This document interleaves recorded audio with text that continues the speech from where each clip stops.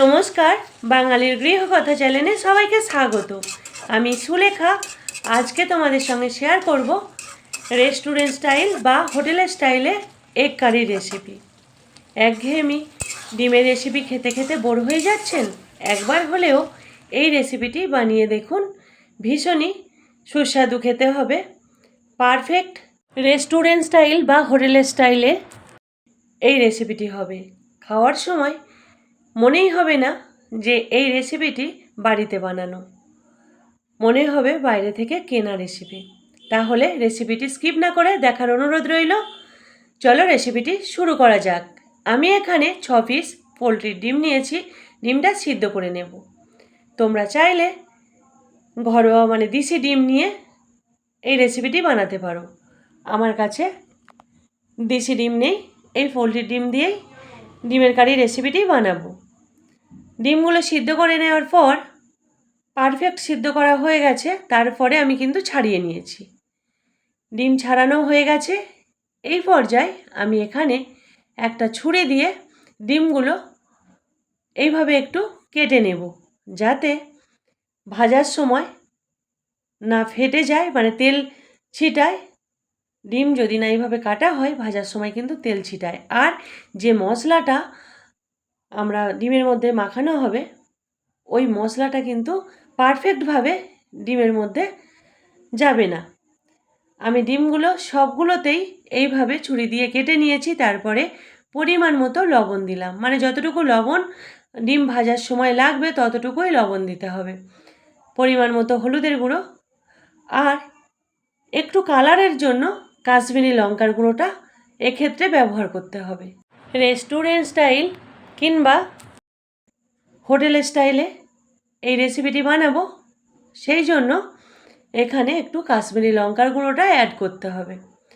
আমি মশলাটা ডিমে মাখিয়ে প্রায় 10 মিনিটের মতো রেস্টে রেখে দেব।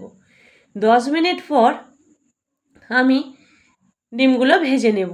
তার জন্য ওভেনে কড়াই বসিয়েছি, আর সর্ষের তেলেই এই রেসিপিটি বানাতে হবে। সর্ষের তেলের ঝাঁঝ গন্ধ আলাদা হয়। এইসব রেসিপিগুলোতে একটু সর্ষের তেল দিয়ে বানালে স্বাদটা অনেকটাই বেশি হবে। আমি তেলটা দিয়ে গরম করে নিয়েছি হাই হিটে। তারপরে কিন্তু মিডিয়ামে গ্যাসটা রেখে ডিমগুলো ভেজে নিতে হবে, কারণ ডিমগুলো হাই হিটে দিয়ে ভাজলে ডিমটা পুড়ে যাবে, আর বাইরের পোর্শনটা সাদা অংশটা খুব শক্ত হবে খাওয়ার সময়। এইভাবে যদি কোনো দিন ভেজে থাকো তোমরা, তো বুঝতে পারবে, যদি কড়াভাবে ভাজো তো বাইরেটা ভালো লাগে না খেতে, খুব শক্ত হয়ে যায়। একটু নরম করেই ভাজতে হয়, গ্যাসের ফ্লেমটা হাই হিটে দেওয়া যাবে না। ডিমগুলো বেশ লাল লাল করে ভেজে নিতে হবে। আমি এইভাবে উল্টে পাল্টে ভালো করে লাল লাল করে ডিমগুলো ভেজে নিয়েছি। ডিম ভাজা এখানে আমার কমপ্লিট হয়ে গেছে। ডিমগুলো তুলে নেব একে একে। ডিম ভাজাগুলো তুলে নিলাম। আমি কিন্তু এই তেলটা মধ্যে পুরো রেসিপিটি কমপ্লিট করব, কারণ এখানে অল্প তেল মশলা ব্যবহার করব। যতই কালার সুন্দর আসুক, আমি পুরোপুরি আলাদাভাবে রেসিপিটি বানাবো। পুরোটা না দেখলে তোমরা বুঝতে পারবে না। এই তেলের মধ্যে আমি জিরে ফোড়ন দিলাম, আর দুটো এলাচ লবঙ্গ দারচিনি দিয়ে, জিরে দিয়েছি, এলাচ লবঙ্গ দারচিনি দেওয়ার পর একটু বেশি পরিমাণে পেঁয়াজ কুচি দিতে হবে। এই রেসিপিটির ক্ষেত্রে, ডিমের কারির রেসিপিটির ক্ষেত্রে একটু বেশি পরিমাণে পেঁয়াজ কুচি দিতে হবে। এখানে প্রায় 200 গ্রামের উপরে পেঁয়াজ আমি কুচিয়ে রেখেছিলাম, সেই পেঁয়াজ কুচিটা দিলাম। 2 থেকে আড়াই মিনিট একটু ফ্রাই করে নেব। তারপরে পরিমাণ মতো লবণ দেব, আর একটা বড় সাইজের টমেটো কুচি করে নিয়েছি, সেই টমেটো কুচি দেব। লবণ টমেটো কুচি দেওয়ার পর আরও 1-1.5 মিনিট এইভাবে খুন্তি দিয়ে নাড়াচাড়া করে নেব, একটু ফ্রাই করে নেব। এখানে কিন্তু পেঁয়াজটাকে আমি ভাজলাম না। কিভাবে বানাই দেখতে থাকো, বুঝতে পারবে। কাশ্মীরি লঙ্কার গুঁড়ো অ্যাড করলাম 1 চামচ পরিমাণ, কালারটা পারফেক্ট আসার জন্য। আর উষ্ণ গরম জল ওই হাফ বাটি বা হাফ বাটির একটু বেশি উষ্ণ গরম জল দিলাম। পেঁয়াজটা কিন্তু সিদ্ধ হয়ে যাবে। পেঁয়াজটা সিদ্ধ করে এইভাবে রেসিপিটি বানিয়ে দেখুন। বানিয়ে দেখলে বুঝতে পারবে যে রেসিপিটি কিভাবে মানে পারফেক্ট হলো। ডিমের কারিটা সম্পূর্ণ আলাদা স্বাদের হবে। আমরা তো একঘেয়েমি ডিমের ঝোল বা ডিমের কারি খেতে খেতে বোর হয়ে যাই না? একটু অন্যভাবে রান্না করলে নিজেরও ভালো লাগে আর বাড়ির লোকেরও ভালো লাগে। আমি কিন্তু ঢাকা দিয়ে প্রায় 4 মিনিটের মতো রেখেছিলাম। ঢাকা খুলে নিলাম। পেঁয়াজটা প্রায় অর্ধেকের বেশিটা সিদ্ধ হয়ে গেছে। অর্ধেকের বেশি পেঁয়াজটা সিদ্ধ হয়ে গেছে। এইভাবে আবারও নাড়াচাড়া করতে হবে। এই পর্যায়ে আমি আদা, রসুন আর কাঁচা লঙ্কা বেটে রেখেছি, ওই বাটা মশলাটা অ্যাড করলাম। এই সময় দিতে হবে কারণ মশলাটা থেকে যে রসুনের গন্ধটা দূর হওয়ার জন্য অনবরত কষিয়ে যেতে হবে এইভাবে খুন্তি দিয়ে। ততক্ষণই কষাতে হবে যতক্ষণ না এই মশলা থেকে একটা মানে তেল ছেড়ে আসে, একদম শুকনো মতো হয়ে আসবে। বুঝতে পারবে যে মশলাটা আমার এখানে বানানো কমপ্লিট হয়ে গেছে। গ্যাস মিডিয়ামে রেখে মশলাটা অনবরত কষিয়ে যেতে হবে। পেঁয়াজটা একেবারে গ্রেভিটা কতটা সুন্দর হবে শেষ পর্যন্ত না দেখলে বোঝা যাবে না। পেঁয়াজটা যেহেতু সিদ্ধ হয়ে গেছে, গ্রেভিটা কিন্তু খুব সুন্দর হবে। এইভাবে অনবরত খুন্তি দিয়ে নাড়াচাড়া করতে হবে, না হলে নিচে বসে যেতে পারে। যেহেতু রসুন বাটা দেওয়া আছে,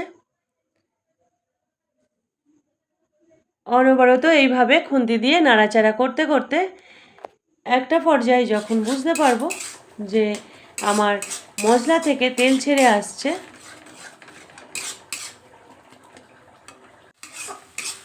এইভাবে খুন্তি দিয়ে নাড়াচাড়া এই কারণে করতে হবে পেঁয়াজটা যাতে আরও ঘেঁটে যায়। এই পর্যায়ে আমি কাশ্মীরি লঙ্কার গুঁড়ো হাফ চামচ পরিমাণ অ্যাড করলাম, হলুদের গুঁড়ো অ্যাড করলাম, আর লবণ দিলাম, পরিমাণ মতো লবণ দেব। এখানে কিন্তু আমি চিনিটা অ্যাড করব না, কারণ যে কোনো রেসিপিতে একটু চিনি দিলে মশলাটা ব্যালেন্স হয়। যেহেতু পেঁয়াজটা অনেকটা বেশি দেওয়া, এখানে চিনি লাগবে না। অল্প সামান্য উষ্ণ গরম জল দিলাম, দিয়ে মশলাটা একটু কষিয়ে নিতে হবে। আবারও মশলাটা এইভাবে অনবরত কষিয়ে নিতে হবে প্রায় 2 মিনিটের মতো। কষিয়ে নেওয়ার পর এই মশলা থেকে যখন তেল ছেড়ে আসবে,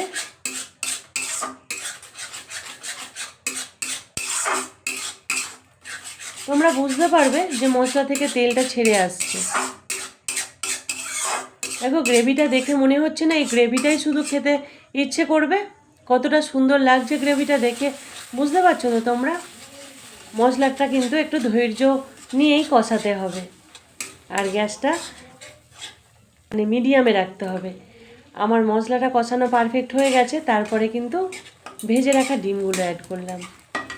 ভেজে রাখা ডিমগুলো অ্যাড করার পর একটু কষিয়ে নিতে হবে ডিমটা হালকা হাতে, না হলে খুন্তিটা লেগে ডিমটা ভেঙে যেতে পারে। সিদ্ধ করা ডিম তো ভেঙে যেতে পারে, আর যেহেতু ছুরি দিয়ে একটু কাটা আছে, ওই জন্য একটু হালকা হাতে এইভাবে কষিয়ে নিতে হবে, যাতে এই মশলাটা ডিমের মধ্যে ঠিকঠাকভাবে চলে যায়। ডিমের মধ্যে না হলে মশলাটা যাবে না, না কষালে। আরও 2 থেকে 3 মিনিট কষিয়ে নিয়েছি ডিমটা দেওয়ার পর। যে কোনো রেসিপি দেখবে বন্ধুরা, একটু সময় নিয়ে রান্না করলে, ধৈর্য নিয়ে, রেসিপিটি কিন্তু পারফেক্ট হয়। আমি এখানে উষ্ণ গরম জল অ্যাড করলাম। ডিমটা কষানোর পর উষ্ণ গরম জল অ্যাড করলাম।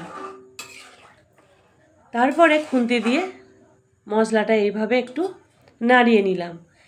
যখন ফুটে উঠল তখন আমি ঢাকা দিয়ে আবারও 3 থেকে 4 মিনিট রেখে দেব, গ্যাস মিডিয়ামে রেখে।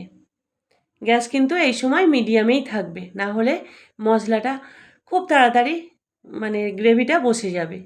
গ্রেভিটা এমনিতে কিন্তু ঠান্ডা হয়ে গেলে একেবারে বসে যাবে। একটু গ্রেভিটা রেখেই গ্যাসটা অফ করতে হবে, না হলে কিন্তু গ্রেভিটা ঠান্ডার পরে একেবারে ঘন হয়ে বসে যাবে। আর প্রথমে তোমরা দেখে বুঝতে পেরেছো কতটা বসে গেছে, ওই রকমই হবে। এই পর্যায়ে কিন্তু আমি কিছুক্ষণ নাড়াচাড়া করে তারপরে গ্যাসটা অফ করব। পারফেক্ট রেসিপিটা হয়ে গেছে। তোমরাও দেখলে বুঝতে পারবে যে এই পর্যায়ে কমপ্লিট হয়ে গেছে। এবারে গ্যাসটা অফ করতে হবে। এই সময় আমি গ্যাসটা অফ করে দিলাম, আর 1 চামচ পরিমাণ গরম মশলা দিলাম, দিয়ে খুন্তি দিয়ে একটু নাড়াচাড়া করে নিলাম। তারপরে পরিবেশনের জন্য অন্য পাত্রে নামিয়ে নিলাম। কি বন্ধুরা, দেখে মনে হচ্ছে তো এটা ঘরে বানানো নয়, কিন্তু ঘরেতেই বানানো যাবে। একবার এই রেসিপিটি ফলো করে বানিয়ে দেখো বন্ধুরা, তারপরে আমাকে কমেন্ট করে জানিও কতটা টেস্টি হবে। একবার না বানালে বুঝতে পারবে না। তাহলে এই ডিমের কারি রেসিপিটি যদি ভালো লেগে থাকে, লাইক কমেন্ট শেয়ার করে দিও।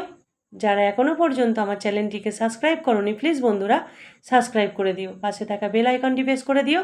আমার নিত্য নতুন রেসিপি ছাড়ার সঙ্গে সঙ্গে নোটিফিকেশান পৌঁছে যাবে তোমাদের কাছে। তাহলে আজকের মতো এইটুকু। আবার দেখা হবে অন্য আরেকটি রেসিপি নিয়ে। ভালো থেকো, সুস্থ থেকো। Thanks for watching.